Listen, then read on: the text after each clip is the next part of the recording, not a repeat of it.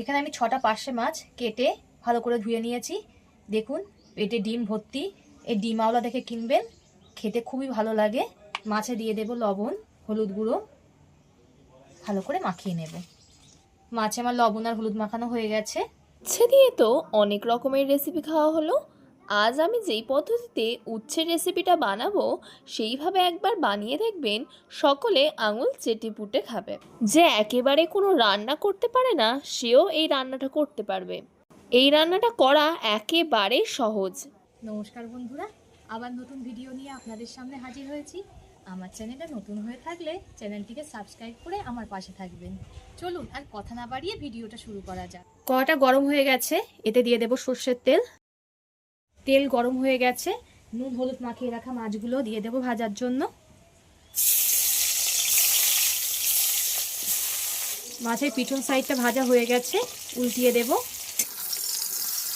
এই সাইডটাও খুব ভালো করে ভেজে নেব। মাছগুলো দু সাইড খুব ভালো করে ভাজা হয়ে গেছে, তুলে নেব। বাকি মাছগুলোও ভেজে নেব। সব মাছগুলো আমার ভাজা হয়ে গেছে, ওই তেলের মধ্যে বড়িগুলো ভেজে নেব। বড়িগুলো ভাজা হয়ে গেছে, বড়িগুলোকে তুলে নেব।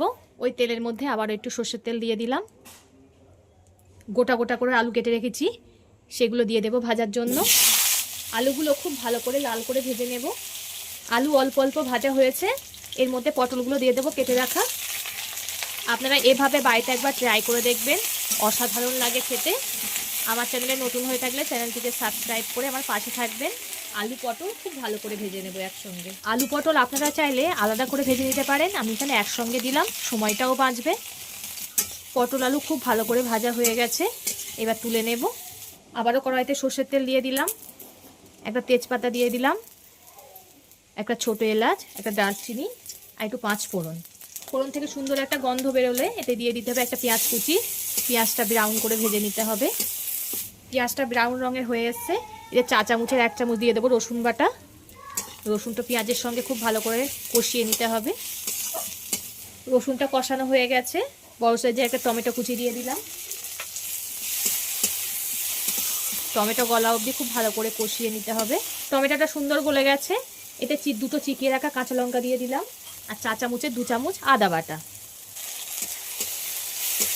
এবার এর মধ্যে দিয়ে দেবো স্বাদ মতো লবণ, পরিমাণ মতো হলুদ গুঁড়ো, 4 চামচের 1/2 চামচ ধনিয়া গুঁড়ো, 1/2 চামচ জিরে গুঁড়ো। আবারও সব কিছুকে খুব ভালো করে কষিয়ে নিতে হবে। মশলাতে দেখুন কেমন তেল ছাড়ছে, এই সময় ভেজে রাখা পটল আলু দিয়ে দিতে হবে। মশলাটা পটল আলুর সঙ্গে খুব ভালো করে কষিয়ে নিতে হবে।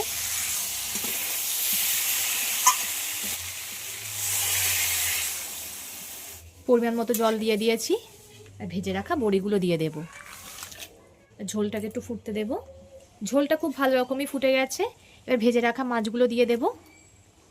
ঝোলটাকে মাছের সঙ্গে আবার খুব ভালো করে ফুটিয়ে নেব।